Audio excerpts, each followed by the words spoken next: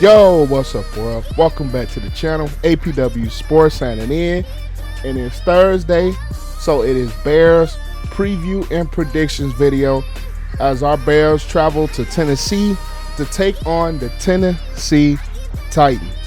But before I get into this video, I just want to make sure that you guys are staying absolutely safe. I know it's a lot still going on out here, and I just want to make sure that you guys are staying safe. And also, about 60 to 70% of the people that watch my videos are not subscribed to the channel. We are still continuing to grow.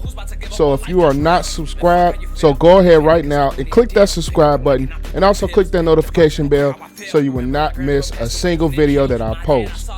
But with all that said and done, without further ado, let's dive into it.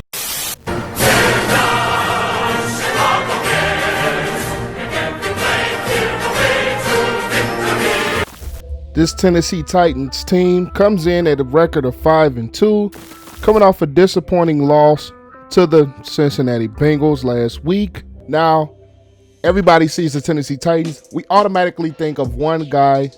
That's right, Derrick Henry, who I think is the best pure running back in football. He's very, very physical behind a very, very physical offensive line. Despite the loss of Taylor Lewan to a torn ACL, I still think that the Titans have one of the better offensive lines in football, run blocking and also pass blocking as well. They are one of the top rushing teams in the NFL. Derrick Henry is a huge part of that. And Ryan Tannehill at the quarterback position is one of those quarterbacks that he is a game managing type of quarterback. He's not really spectacular per se, but he definitely gets the job done for this Tennessee Titans football team. This team is also getting a lot of their players back off of the reserve list. A.J. Brown, who is one of the better young receivers in this league, and Juju Smith, a tight end who is on the uprise in this league.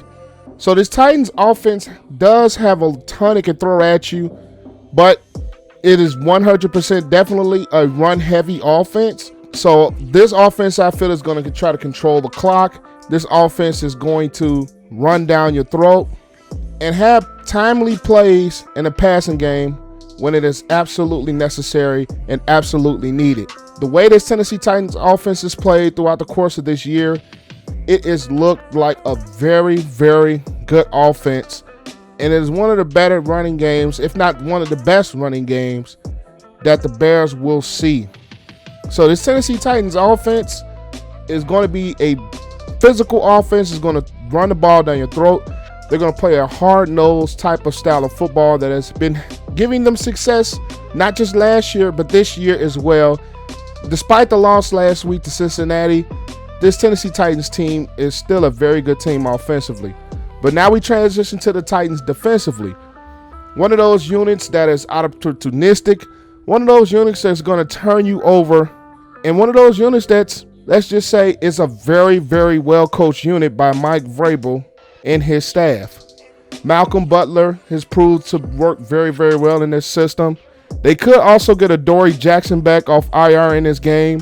And they also acquired Desmond King from the Los Angeles Chargers in a trade. And due to protocols, they're hoping he can be in the lineup. Even though they released Jonathan Joseph and Vic Beasley this week, this Tennessee Titans defense is still a very, very good-looking defense. One thing I'm going to worry about with this Titans defense is their ability to cover in the passing game and their ability to play a very, very physical style of football, not only on the offensive side, but on the defensive side of the ball as well. So this Titans team is one of the top teams in the league.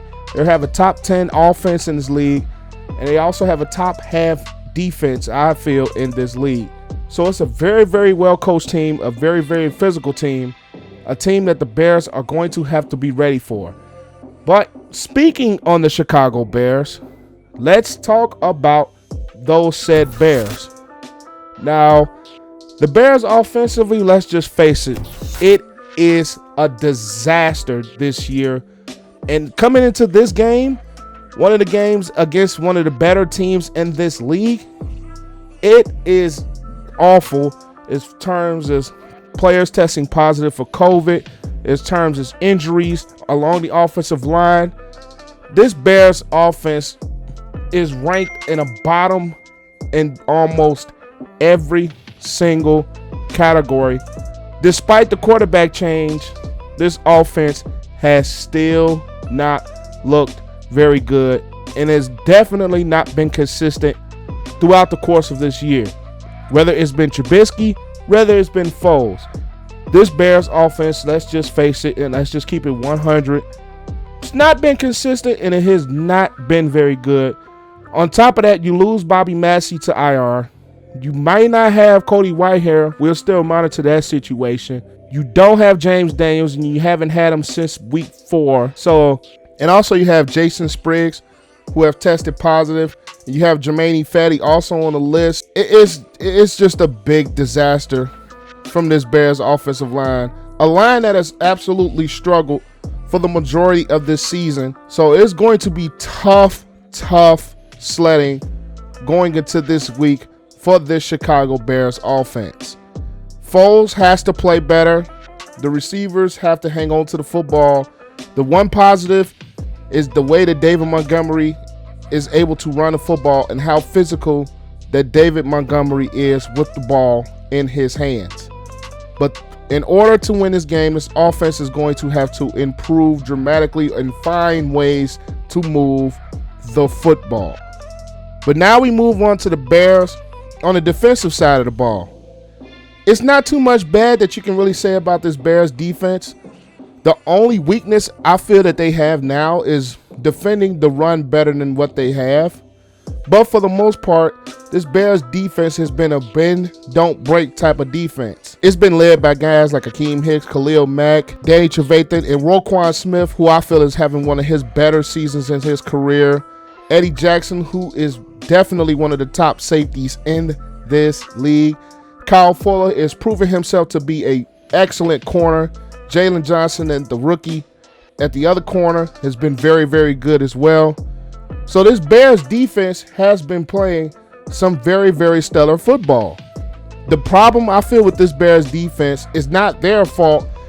It's more of the offense's fault, because this Bears defense has been put in so many bad positions. The pressure has been put so much on them that at times they have been tending to break because of the pressure put on them by the Bears offense. The Bears defense had this team in the game against the New Orleans Saints last week, and if it wasn't for some offensive struggles, this team, I think, would have beat the New Orleans Saints last week. So this Bears defense is still top 10 defense. It's still a very, very good pass defense. It's going to have to absolutely play a ton better in the running game, especially when you have a guy like Derrick Henry on the other side, who is one of the best, if not the best, pure running back in football. So this Bears defense is going to have a tough task at his hands at trying to stop Derrick Henry and the Tennessee Titans running game this week. So the main things in the matchups that I'm going to look forward to watching this week is, number one, I'm looking to absolutely see how this Bears defense will defend the Tennessee Titans running game. How physical can this Bears defense be against a physical offensive line of the Tennessee Titans? How physical can they be against Derrick Henry? What can they do to slow down Derrick Henry? That is the main part of this game that this Bears defense is going to have to defend, is the running game and how physical this Tennessee Titans team can play you. The linebackers and the defensive line, the front seven, has to absolutely be on their best. They have to absolutely play a physical brand type of football in order to slow down this Tennessee Titans offensive line and this Tennessee Titans run game. And the passing game of the Tennessee Titans hasn't been nothing to sleep on either. Ryan Tannehill has proven to be a good find for this offense. He's able to get them up and down the field, make some plays. He's also athletic, so you're going to have to defend that as well.